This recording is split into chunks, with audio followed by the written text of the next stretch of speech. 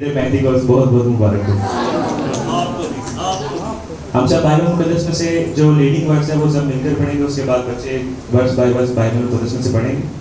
Romeo के नाम पौलुस रसूल का खत, उसका 8वां बाब और उसकी 5वीं आयत हम सब मिलकर पढ़ेंगे।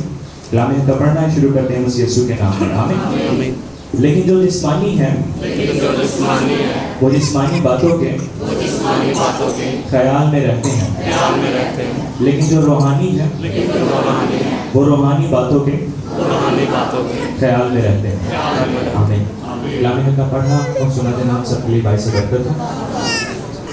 हम देखते हैं कि बाइबल मुकद्दस में यहाँ पर 2 तरह के लोगों का जिक्र है। नंबर 1 कौन से लोग हैं? जिस्मानी। और नंबर 2 कौन से? अब जो जिस्मानी लोग हैं उनकी पहचान कैसे होगी? कैसे हम कहेंगे क्या ये बंदा रूहानी है और कौन सा जिस्मानी है? कैसे हमें पता चलेगा फर्क? क्या कोई बताना पसंद करेगा?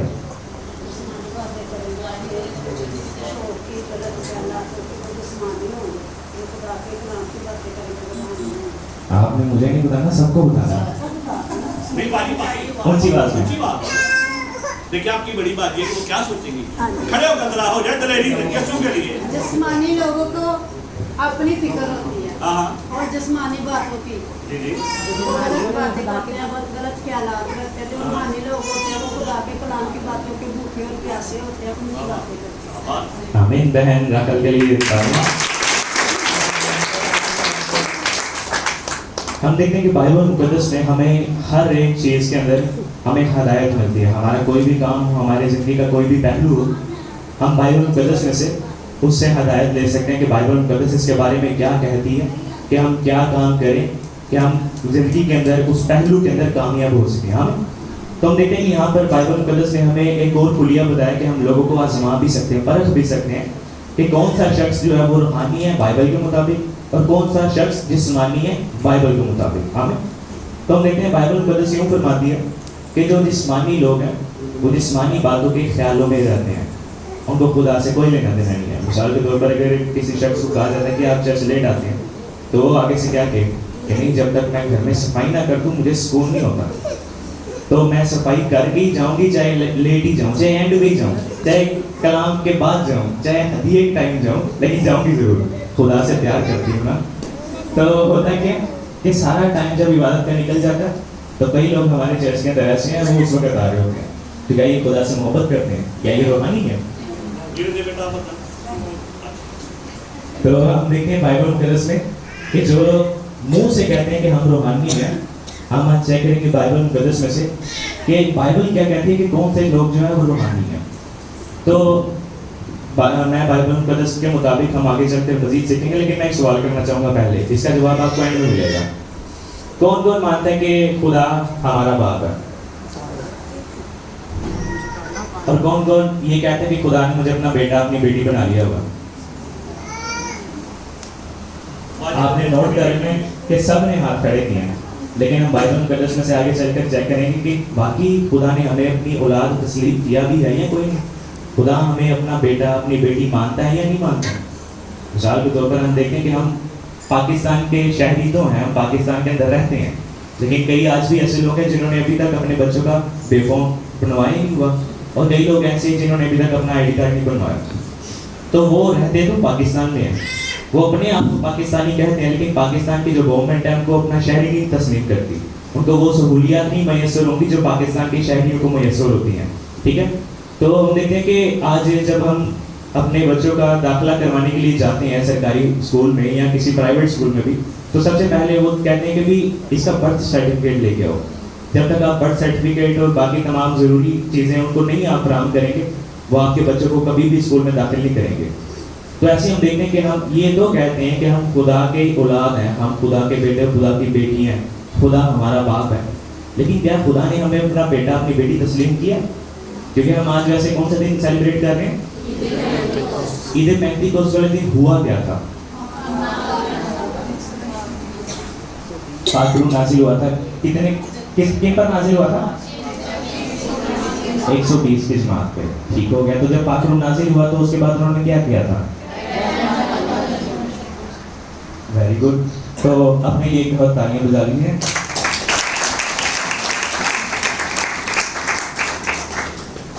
अच्छा, मैंने किसी के लिए तालियां बजाने के लिए कहा था, अपने लिए कहा था, तो आप लोगों ने फिर अपने लिए बजाया।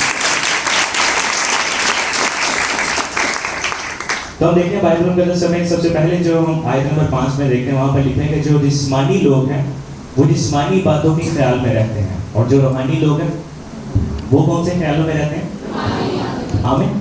तो हम देखते हैं कि बाइबल मुकद्दस में कि ये जो दो अलग अलग तरह के लोग हैं, हमने चेक करना है कि किसकी जिंदगी जो है वो एंड पे कामयाब होगी और किसकी जिंदगी जो है उसका अंजाम बुरा होगा। आमीन। हम देखते हैं कि बाइबल मुकद्दस हमें अंजाम के बारे में भी बता रही है कि कौन सा शख्स जो है उसका अंजाम कैसा होगा। आमीन। तो यहाँ पर अच्छा, माइक किस किस के पास है?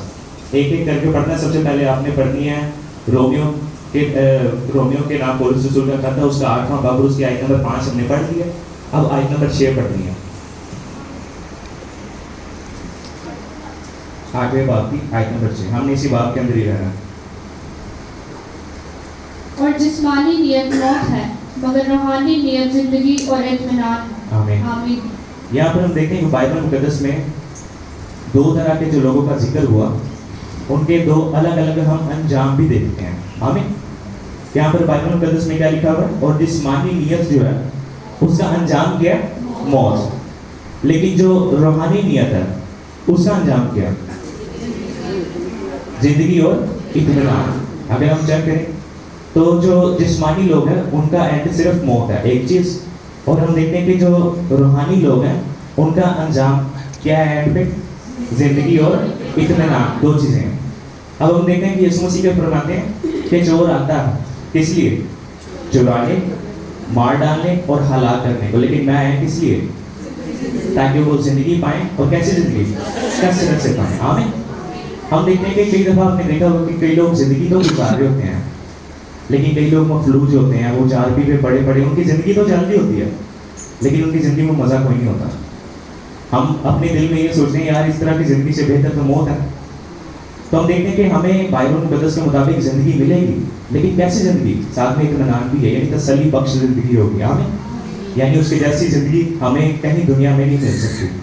हम देखते हैं कि जब हम किसी VIP इलाका में जाते हैं, हम कहते हैं ज़िंदगी तो यहाँ पे है, लेकिन जब हम खुदा की बादशाही में दाखिल होंगे तो उसकी जैसी कोई जगह ही नहीं है। आमीन।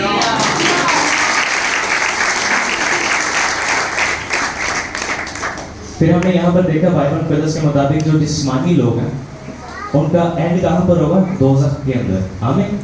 जहन्नुम के अंदर उनका अंजाम मौत है। लेकिन जो रूहानी लोग हैं, जो रूहानी ख्यालों में मगन रहते हैं, जो खुदा के कलाम के बारे में सोचते रहते हैं कि कैसे हम खुदा की मर्जी को अपनी जिंदगियों में बेहतर तरीके से पूरा कर सकते हैं, उन लोगों का अंजाम क्या? उन लोगों को एंड पे क्या मिलेगा? जिंदगी और इत्मीनान। आमीन। अब उसके बाद आयत नंबर 7 पढ़िएगा। कलामी हक का पढ़ना शुरू करते खुदा यीशु मसीह के नाम से। आमीन। इसलिए कि जिस्मानी नियत खुदा की दुश्मनी है, क्योंकि ना तो खुदा की शरीयत के ताबे है ना हो सकती है। आमीन। आमीन। हम यहाँ पर देखते हैं बाइबल मुकद्दस में क्या लिखा हुआ है कि जिस्मानी नियत जो है वो असल में है क्या? खुदा की, सुन नहीं रहे थे? जिस्मानी नियत क्या है? खुदा की दुश्मनी है। और वजह क्यों बताई कि क्या ये वजह है कि किस वजह से ये खुदा की दुश्मनी है? क्योंकि ना तो जिस्मानी नियत कभी खुदा की शरीयत के ताबे है, ना ही हो सकती है। आमीन। यानी मिसाल के तौर पर जो जिस्मानी लोग हैं वो रेस्ट करना चाहते हैं, वो चर्च नहीं जाना चाहते हैं, वो कहते हैं चलो चले जाएंगे, लेट जाएंगे। लेकिन हम देखते हैं कि जो रूहानी नियत है वो क्या है? खुदा का कलाम हमें क्या कहता है? मुबारक है वो जो हर रोज मेरे फाटकों पर मेरा इंतजार करते हैं। रूहानी जो नियत है, जो रूहानी लोग हैं, कलाम के मुताबिक जो चलते हैं, कलाम उनको क्या फरमाता है? क्या करना है? हमने खुदा का इंतजार करना है। लेकिन हम क्या करते हैं? हम खुदा को ही इंतजार करवाते हैं। तो क्या ये हम खुदा के ताबे हुए? तो हमने अपने आप को तब्दील करना है, क्योंकि अगर हम इसी तरह चलते रहेंगे तो हम क्या गिने जाएंगे? कौन से लोग गिने जाएंगे? जिस्मानी लोग। लेकिन अगर हम तब्दील होना चाहते हैं, अगर हम खुदा के कलाम के मुताबिक अगर चलें तो हम फिर क्या कहलाएंगे? आमीन। तो हम बाइबल मुकद्दस में आगे चेक करते हैं, मजीद आगे 8वीं आयत में कलाम को पढ़ना शुरू करते हैं यीशु मसीह के जिंदा और मुबारक नाम में। आमीन। और जो जिस्मानी है वो खुदा को खुश नहीं कर सकते। आमीन। आमीन। हम देखते हैं कि यहाँ पर क्लियर कट एक बात बताई और वो क्या है कि जो जिस्मानी लोग हैं वो खुदा को खुश कर ही नहीं सकते। आमीन। तो इस हिसाब से हमने फिर चेक करना पड़ेगा कि यार अगर मैं रूहानी हूँ या जिस्मानी हूँ, क्योंकि अगर मैं रूहानी हूँ तो फिर तो खुदा मुझसे खुश होगा, लेकिन अगर मैं अभी तक जिस्मानी हूँ तो इसका मतलब कि मैं तो खुदा को खुश ही नहीं कर सकता। आमीन। हमने इस चीज़ को भी गौर से चेक करना है कि क्या हम रूहानी हैं या जिस्मानी हैं। कौन कौन रूहानी है?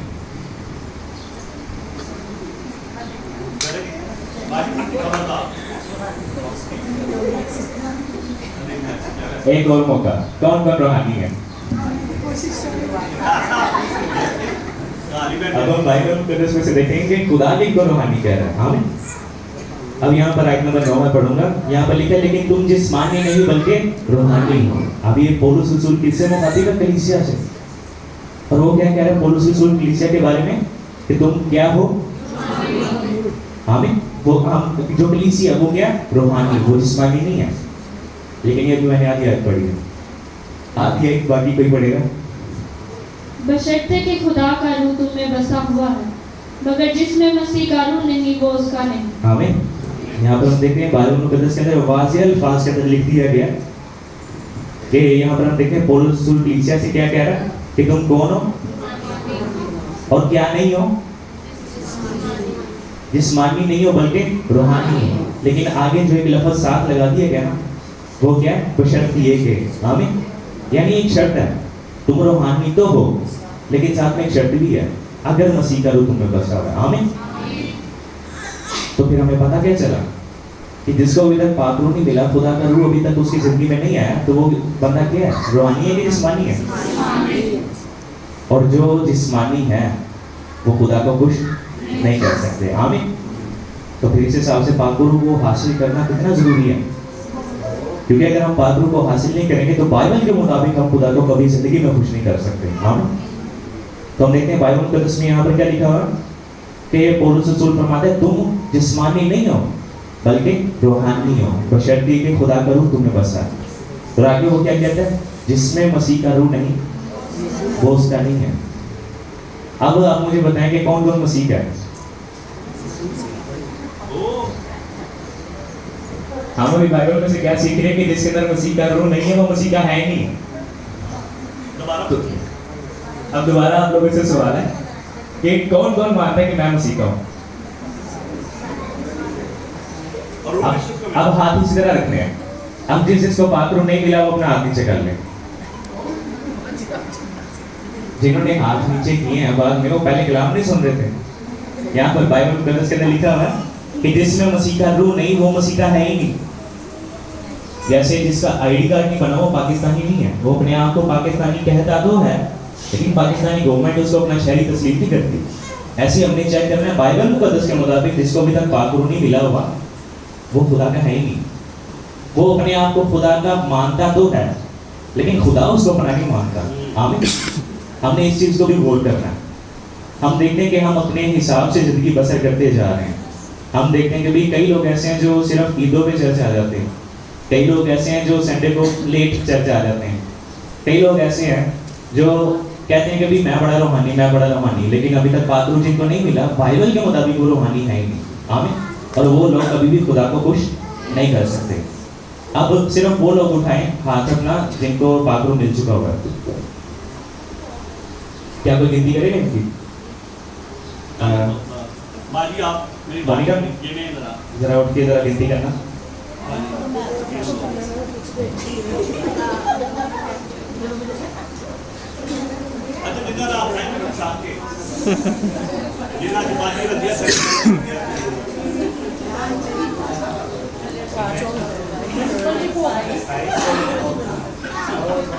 अभी जो यहाँ पर जितने भी लोग मौजूद हैं उनमें सिर्फ 27 लोग हैं जो ये कह सकते हैं कि हम रूहानी हैं। ठीक है, सिर्फ आपको गिन लिया अभी। सोनी भाई ऊपर सीढ़ियों में यहाँ पर जितने लोग मौजूद हैं उनमें सिर्फ 28 लोग हैं जो ये कह सकते हैं कि भी मैं वाकई खुदा हूँ। और वजह क्या है कि उनके अंदर खुदा का रूह है। आमीन। यहाँ पर बाइबल के मुताबिक जो हमने देखना है वो क्या लिखा है कि जिसमें मसीह का रूह नहीं वो मसीह का नहीं है। तो इतनी बड़ी तादाद के अंदर लोग यहाँ पर जमा है, तो उनमें से सिर्फ 28 लोग ऐसे हैं जो खुदा के हैं, जिनको खुदा अपना मानता है। आमीन। तो बाकी जो लोग हैं क्या वो खुदा का बनना नहीं चाहते? तो उसके लिए करना क्या पड़ेगा? पाक रूह को हासिल करना पड़ेगा। आमीन। हम आगे मस्जिद चलेंगे और चेक करेंगे कि पाक रूह जिनको मिला हुआ है उनको कौन कौन सी बरकतें मिलेंगी, कौन कौन सी उनके पास आप कहें कि खूबियां हैं। आमीन।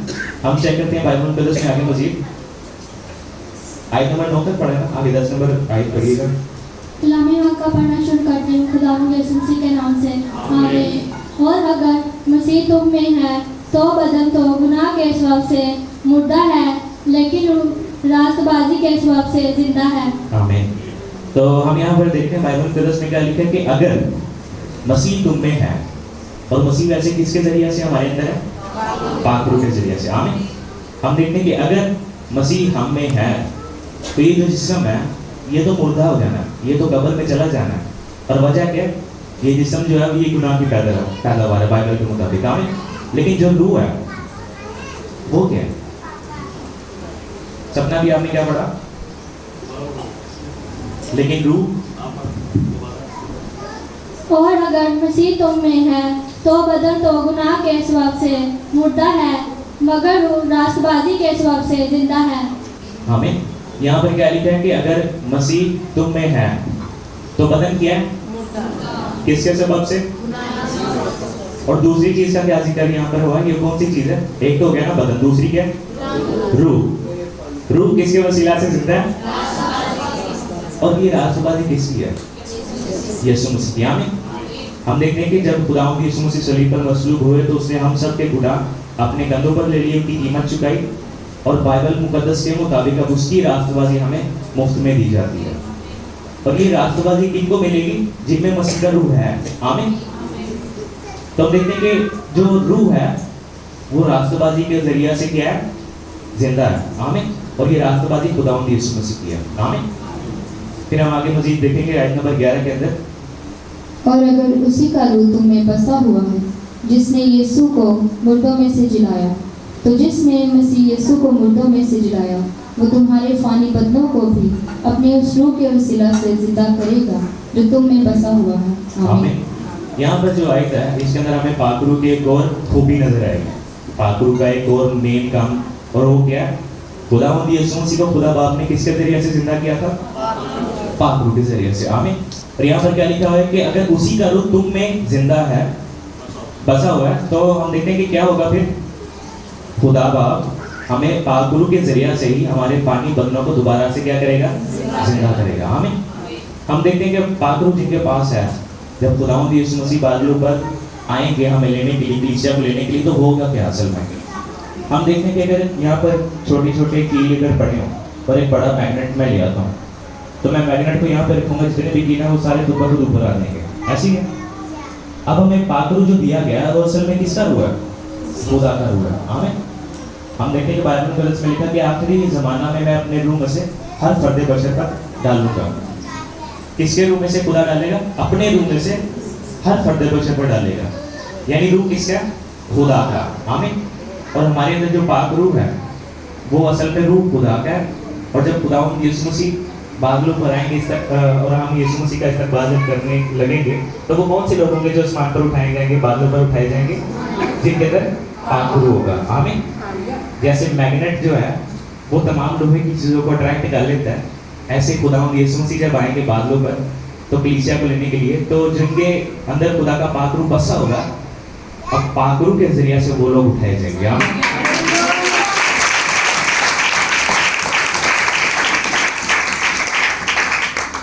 और जिस शख्स के अंदर पाक रूह नहीं होगा उसका क्या बनेगा? ये आप जवाब दें। बेटा बताओ शाबाश। जो जुमे को बात में किया तो उसकी बात भी सबको पता। आपकी आवाज नहीं आ रही। हां जी, करो बेटा।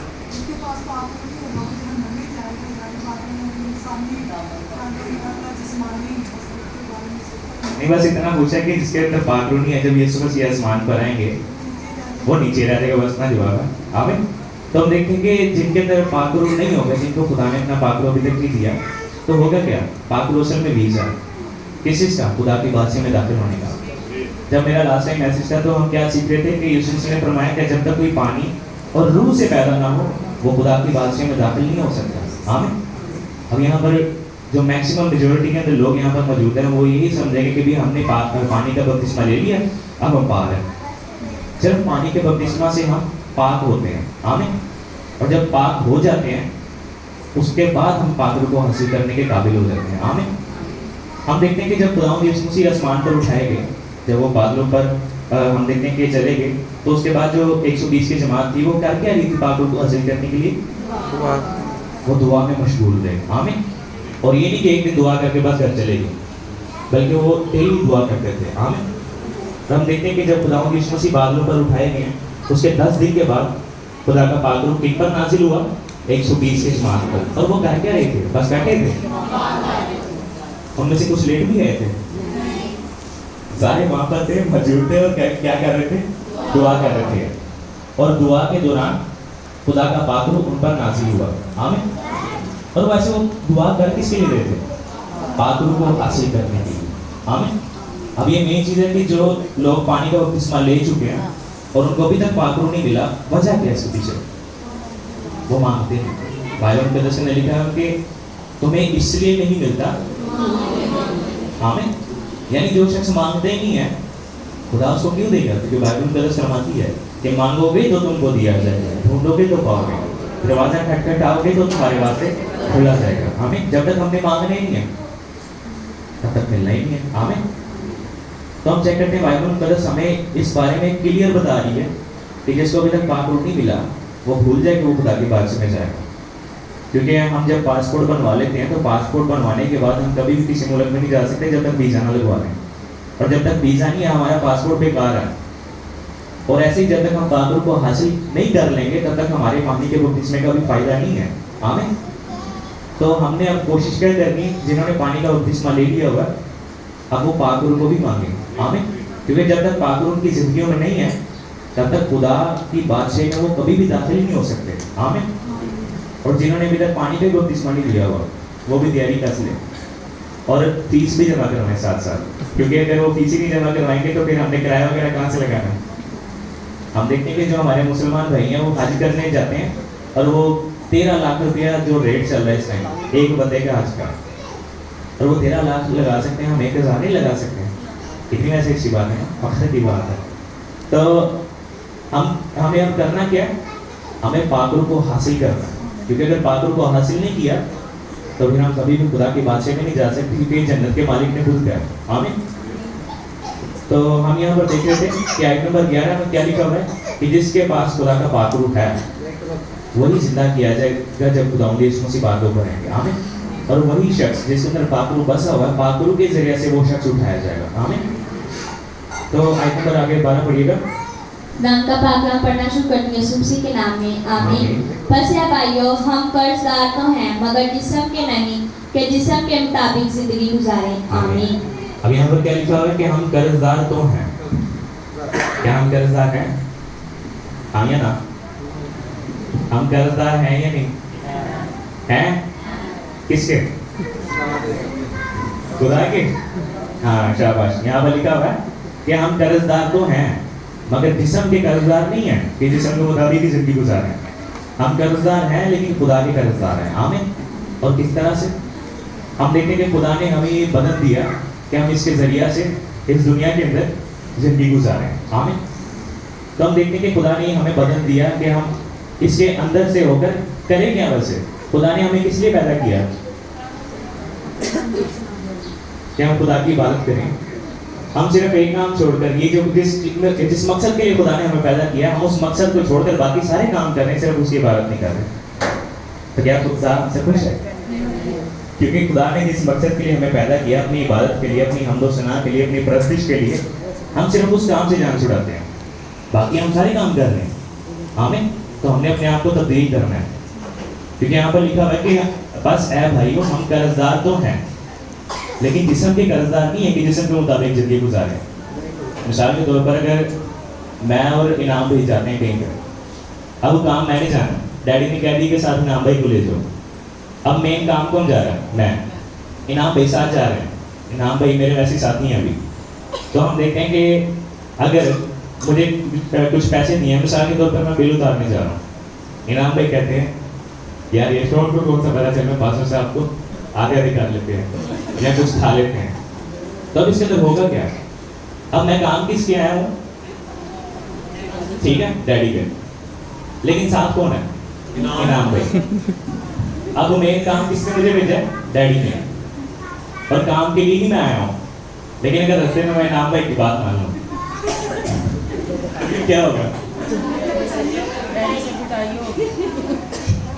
तो हम ऐसे देखते हैं कि हमें इस दुनिया में भेजा किसने, और खुदा ने हमें इस दुनिया के अंदर किसके अंदर जिंदगी गुजारने के लिए भेजा?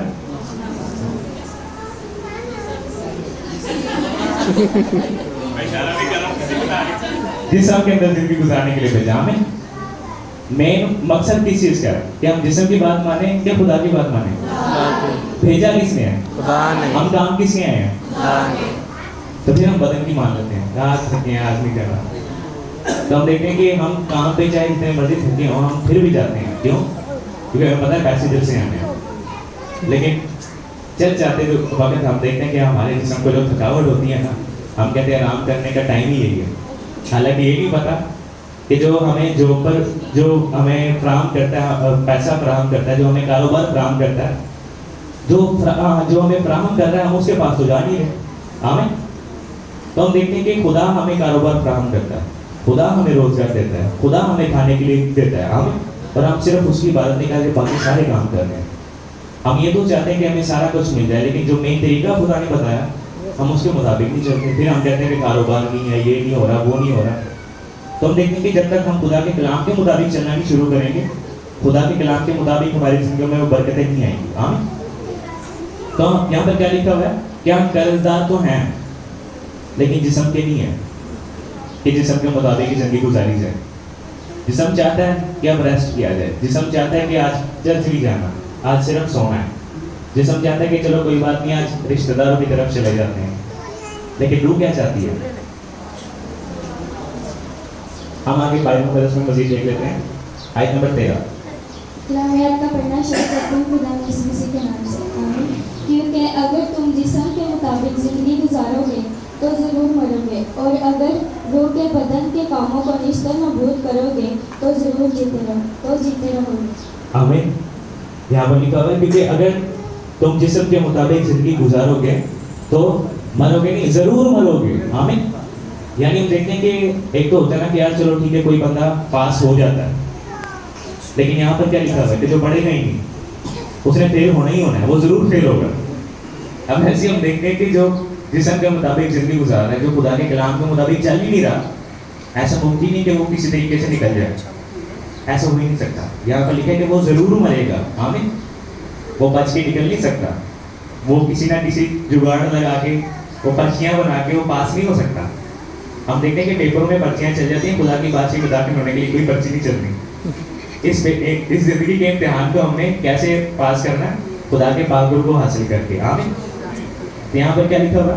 क्योंकि अगर तुम जिस्म के मुताबिक जिंदगी गुजारोगे तो जरूर मरोगे, और रूह के वसीला से बदन के कामों को नीस्तो नाबूद करोगे तो उसके आगे क्या लिखा है? तो जीते रहोगे। आमीन। कौन मरना चाहता है और कौन जीना चाहता है? जो मरना चाहते हैं वो अपना हाथ उठाए।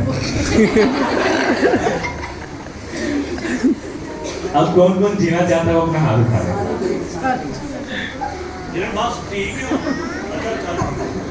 वाह, आपने भी जीना भी, आपने जी के क्या करना। तो हम यहाँ पर देखते हैं कि बाइबल मुकद्दस में क्या लिखा हुआ है कि जीने का जो मेन तरीका है, हम कैसे जिंदगी जी सकते हैं, जो मेन अवधि जिंदगी है, हम उसको कैसे हासिल कर सकते हैं? अगर हम रूह के वसीला से बदन के कामों को नीस्तो नाबूद करेंगे, यानी उनको हम खत्म कर देंगे। बदन की बात नहीं माननी, हमने रूह की बात माननी है। मिसाल के तौर पर पता चल रहा है कि चर्च का टाइम हो रहा है, लेकिन दिल में आ रहा है यार थोड़ी देर और सो जाते हैं। पता है कि चर्च का टाइम 10 बजे का है, लेकिन अगर हम 11 बजे आ रहे हैं, क्यों लेट क्यों हो गए? बस काम पड़ गया था, उधर चले गए। तो इस तरह हम कर क्या रहे हैं? हम बदन के वसीला से हम रूह को नीस्तो नाबूद कर रहे हैं, लेकिन हमने करना क्या? हमने रूह के जरिए से बदन के कामों को नीस्तो नाबूद करना है, यानी जो जिस्म की ख्वाहिशें हैं हमने उनको खत्म करना है। कैसे? हमें उन पर गालिब आना है रूह के वसीला से, क्योंकि यीशु मसीह ने फरमाया था कि पाक रूह जो है वो असल में है क्या? हमारा दूसरा मददगार है। आमीन। तो पहला मददगार कौन था? खुदावंद यीशु मसीह। आमीन। क्योंकि दुनिया नजात तलाश कर रही थी लेकिन उसको कोई रास्ता नहीं मिल रहा था। खुदावंद यीशु मसीह आए, सलीब पर अपनी जान कुर्बान की और हमारे लिए रास्ता इस्तवार कर दिया। आमीन। उन्होंने रास्ता इस्तवार किया खुदावंद यीशु मसीह ने। अब हमारे अंदर इतनी कैपेसिटी नहीं है कि हम उस रास्ते पर ही चल सके, तो दूसरा मददगार पाकुर आता है, वो हमारा हाथ पकड़ के उस रास्ते पर चलाता है जो खुदावंद यीशु मसीह ने तैयार किया। आमीन। तो हम देखते हैं कि अगर हम पाकुर के जरिया से, अगर हम रूह के जरिया से जिस्म की कामों को निस्तो नाबूद करेंगे तो फिर उसका हमें नतीजा क्या मिलेगा? हम जीते रहेंगे, हमें हमेशा की जिंदगी मिलेगी। हमें जिंदगी और इत्मीनान। आमीन।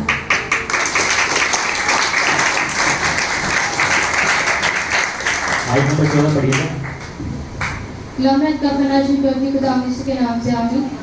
इसलिए कि जितने खुदा की रूह की हिदायत से चलते हैं वही खुदा के बेटे हैं। आमीन। यहाँ पर क्या बाइबल को इसमें लिखा है कि इसलिए कि जितने खुदा के रूह की हिदायत से चलते हैं, आगे का लिखा है वही खुदा के बेटे हैं। आमीन। अब पहले जब मैंने पूछा कि कौन कौन खुदा का बेटा है, सबने हाथ उठाया। अब मैं दोबारा पूछता हूँ, कौन कौन खुदा का बेटा है? बेटियां भी, बेटियां भी, बेटियां भी। कई लोगों के यहाँ पर अभी शक है। पक्की बात है, जिन्होंने हाथ उठाए बस नहीं है। तो हम देखते हैं, आपको हाथ नीचे कर लें। हम देखते हैं कि यहाँ पर बाइबल मुकद्दस में हमें अभी क्या पढ़ा? यहाँ पर लिखा है क्योंकि जितने खुदा के रूह की हिदायत से चलते हैं वही खुदा के बेटे हैं। हर कोई अपने आप को बेटा ना समझे। यहाँ पर लिखा है कि जितने खुदा के रूह की हिदायत से चलते हैं वही खुदा के बेटे हैं। आमीन। मिसाल के तौर पर अगर मैंने किसी जगह पर जाने और इनाम भाई ने मुझे बुलाया तो इनाम भाई ने मुझसे रब्ता किस पे करना है? फोन पे। इनाम भाई कहते यार मैं आपको कॉल करूंगा, आपको सारा रास्ता समझा दूंगा, जहाँ पे आपको समझना है मुझे दोबारा कॉल कर लेना। लेकिन अगर मैं मोबाइल अपना घर रख के चला जाता हूँ तो फिर अगर मुझे रब्ता करना है इनाम भाई से तो फिर क्या मैं रब्ता कर सकता हूँ? क्यों? क्योंकि पास मेरे पास मोबाइल ही नहीं है जिसके जरिए से मैंने रब्ता करना। और यहाँ पर क्या लिखा हुआ है कि जितने खुदा के रूह की हिदायत से चलते हैं। हिदायत से तब चलेंगे जब रूह होगा। आमीन। तो हम देखते हैं कि जितने खुदा के रूह की हिदायत से चलते हैं वही खुदा के बेटे हैं। आमीन। तो हम देखते हैं कि जिसको पाक रूह मिला कि वो पाक रूह की हिदायत से कैसे चलेगा। तो कई लोग कहते हैं कि मुझे खुदा के पाक रूह ने ये कहा, मुझे खुदा के पाक रूह ने वो कहा कि ये कर, लेकिन पाक रूह मिला नहीं हुआ। तो क्या ये वाकई वो सच कह रहा है कि वो अपने दिल की बातें सुन रहा है? वो अपने ख्यालात को सिर्फ खुदा के पाक रूह का नाम दे रहे हैं लोग। आमीन। तो हम देखते हैं कि यहाँ पर बाइबल मुकद्दस में क्या लिखा है कि जो जितने खुदा के रूह की हिदायत से चलते हैं, रूह की हिदायत से सिर्फ वो चलेगा जिसके पास पाक रूह है। मैं अगर कहता हूँ कि मेरे मोबाइल की बैटरी लो हो रही है, तनवीर पूछते हैं आपके पास मोबाइल कौन सा? मैं कहता हूँ मेरे पास मोबाइल ही नहीं है। मोबाइल जब होगा ही तो फिर बैटरी कहाँ से होगी और बैटरी लो कैसे होगी? ऐसी जब तक पाक रूह नहीं है तो पाक रूह बातें कैसे करेगा? वो आपके साथ पाक रूह बातें नहीं कर रहा, वो शायद कोई और रूह हो सकता है वैसे जिसको आपने पाक रूह समझ लिया। यहाँ पर आगे हम मजीद देखेंगे आयत नंबर 15। कौन पढ़ेगा? क्योंकि तुमको गुलामी की रूह नहीं मिली जिससे फिर डर पैदा हो, बल्कि ले पालक होने की रूह मिली जिससे हम अब्बा यानी ए बाप कहकर पुकारते हैं। आमीन। यहाँ पर बाइबल मुकद्दस में क्या लिखा है कि हमें कौन सी रूह नहीं मिली? गुलामी की रूह नहीं मिली। फिर कौन सी मिली है? ले पालक होने की। क्या कोई बताएगा ले पालक का मतलब क्या?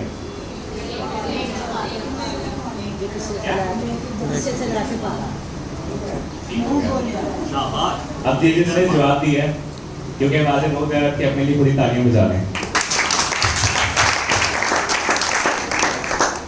यहाँ पर जो लिखा है कि तुमको गुलामी की रूह नहीं मिली, इससे क्या मुराद है?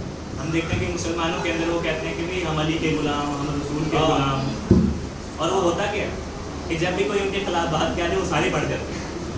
तो अगर उनके अपने अंदर ही कोई मिसाल के तौर पर मुसलमानों के अंदर अगर कोई बंदा कोई इस तरह की बात कर लेता है ना कि दूसरों के जज्बात हर्ट हो जाए, वो उसकी तहकीक नहीं करते कि किताब क्या कह रही है, वो पढ़ जाएंगे। तो ये कौन सी रूह है? और क्या हमें गुलामी की रूह दी गई है? ये कौन सी दी गई है? ले पालक होने की। आमीन।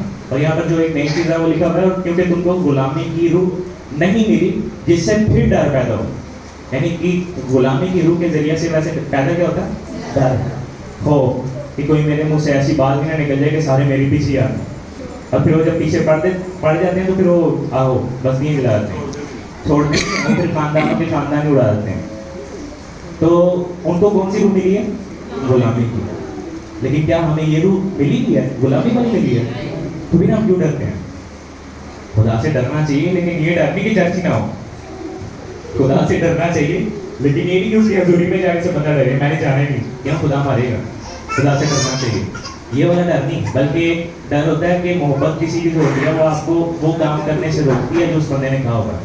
और हम खुदा से मोहब्बत करते हैं, हमने खुदा की मोहब्बत में वो काम नहीं करना जिससे खुदा ने मना किया, और हर वो काम करना है जिसे उसने करने का हुक्म दिया है। आमीन। ये डर है जो हमने खुदा का रखना है। आमीन। तो हम देखते हैं कि आगे क्या लिखा हुआ है, ले बालक होने की हमें रूह मिली है, जिसे हम क्या कह सकते हैं, हम अब्बा यानी ए बाप कहकर पुकार सकते हैं। किसको? खुदा को। आमीन।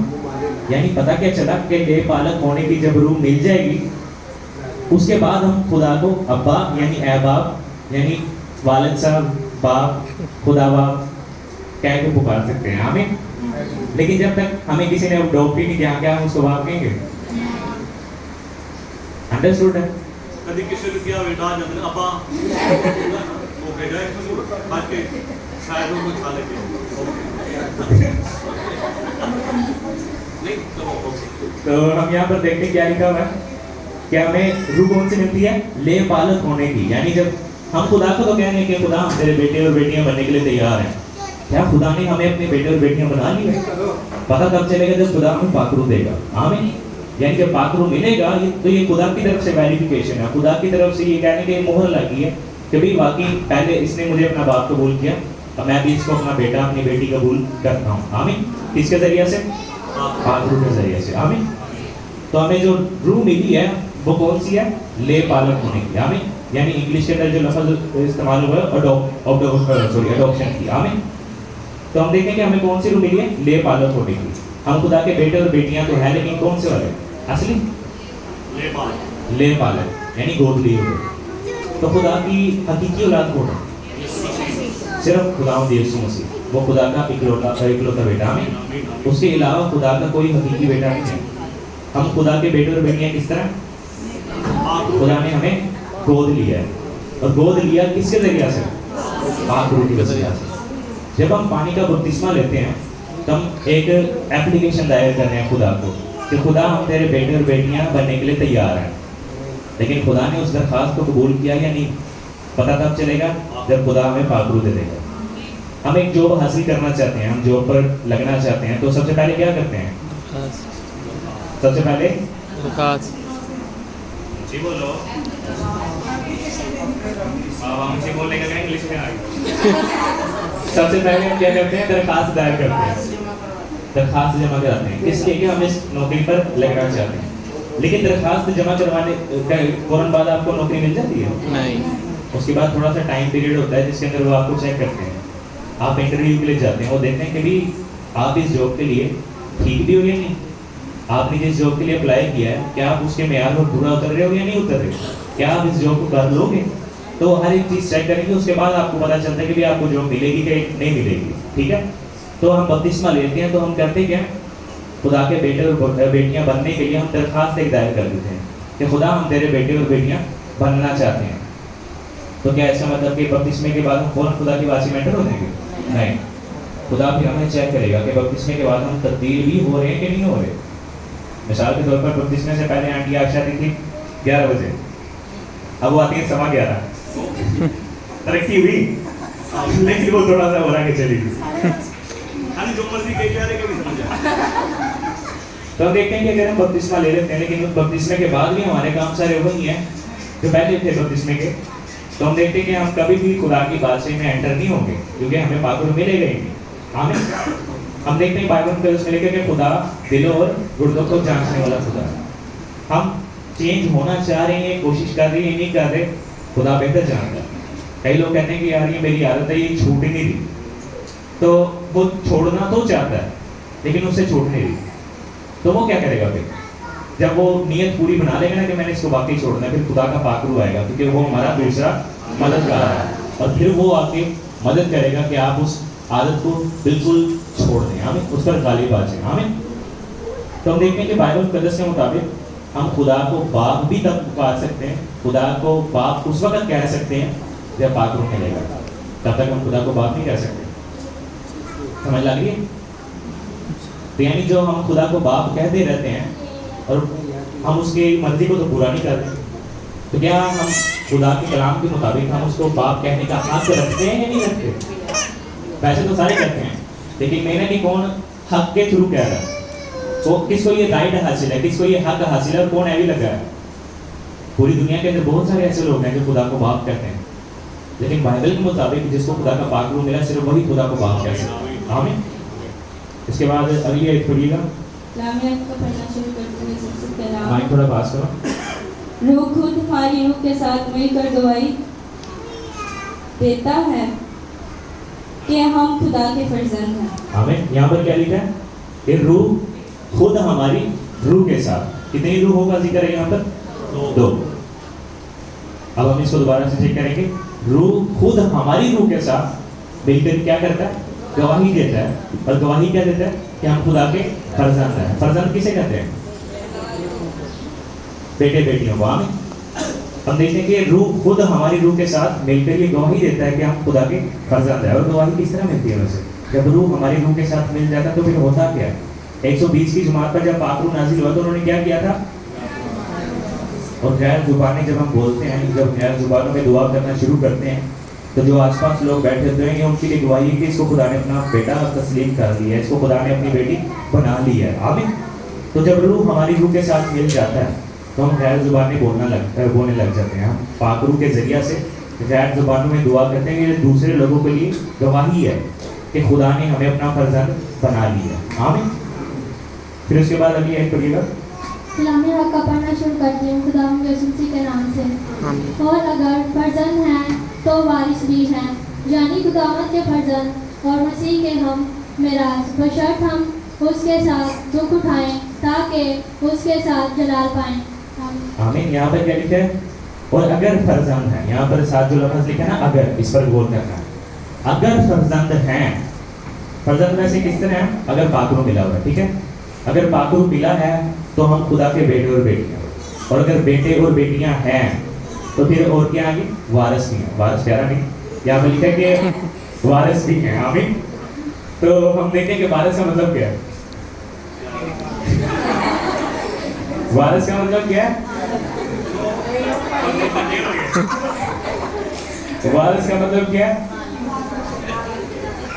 हम देखें कि अगर किसी बादशाह का बेटा पैदा होता है तो वो क्या कहते हैं?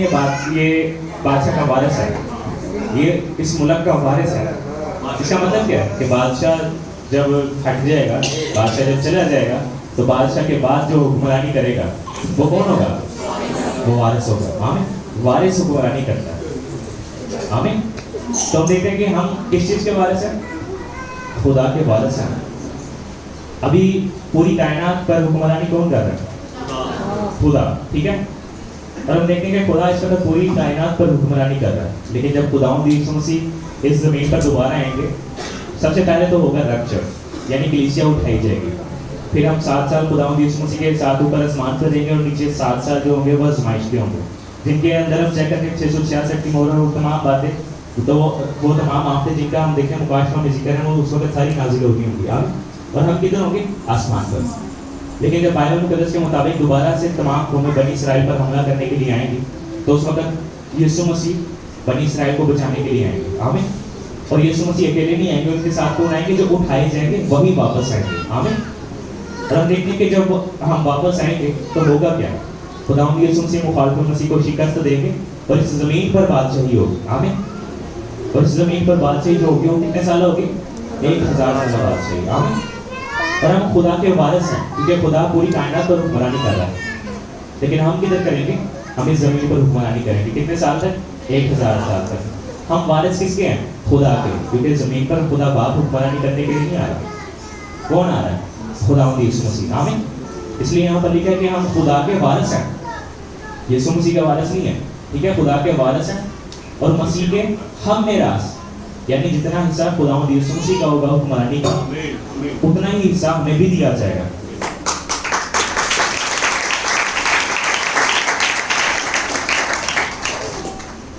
और ये हिस्सा हमें वैसे कब दिया जाएगा? अगर हम वारिस हैं। अब नाम वारिस रख लेने से कोई वारिस नहीं है, ठीक है? अगर हम खुदा के वारिस हैं तो फिर हम यानी क्या होगा? इसका मतलब क्या है? इसका ये मतलब है कि हम खुदा के बेटे और बेटियां हैं। आमीन। और अगर बेटे और बेटियां हैं तो इसका क्या मतलब है? कि हमें पाकरू मिला होगा। और अगर पाकरू नहीं मिला होगा तो फिर हम तो खुदा के हैं ही नहीं वैसे। आमीन। तो जिसको पाकरू मिला है वो खुदा के बेटे और बेटियां हैं, ठीक है? और जो बेटे और बेटियां हैं वही खुदा के वारिस हैं और यीशु मसीह के हम मिरास हैं। आमीन। और वही खुदावंद यीशु मसीह के साथ मिलकर यहाँ पर बादशाही करेंगे। आमीन। तो उस हिसाब से जिसके पास पाकरू नहीं है बिल्कुल जीरो है, वो किधर जाएगा?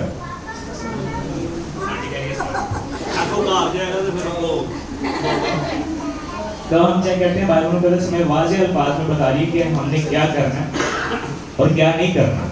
लेकिन हम जब इस पर अमल ही नहीं करेंगे तो फिर होगा क्या? फिर हम इस जमीन पर ही रह जाएंगे। अब होता है कि ट्रेनिंग के लिए जो पुलिस ऑफिसर होते हैं उनको ट्रेनिंग के लिए भेजा जाता है, उसके बाद उनको ड्यूटी पे लगाया जाता है। तो हम चेक करते हैं कि हमने ज़मीन पर बादशाही करनी है 1000 साल, लेकिन उससे पहले हमारी ट्रेनिंग भी है 7 साल की। और ट्रेनिंग के लिए किधर जाना पड़ेगा? खुदावंद यीशु मसीह कलीसिया को जिनको पाकरू मिला हुआ है, ये वाज़ेह कर दो। जिनको सिर्फ हम देखते हैं कि जिनको पाकरू मिला, सिर्फ उनकी बात कर रहा हूँ। खुदावंद यीशु मसीह उनको आसमान पर ले जाएंगे, हम 7 साल ऊपर रहेंगे और उसके बाद नीचे आके आसमान पर बादशाही है। आमीन।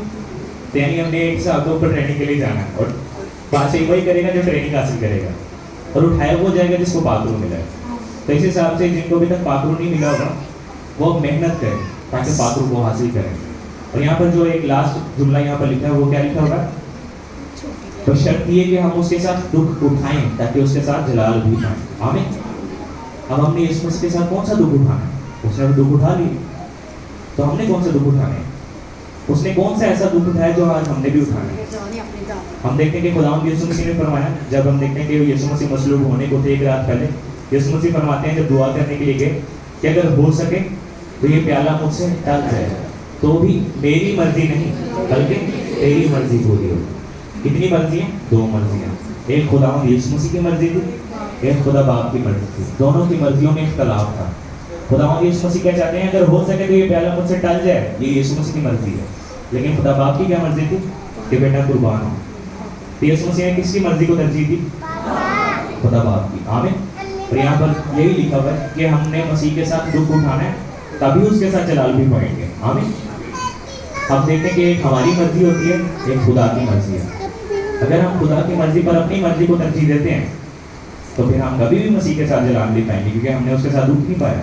आमीन।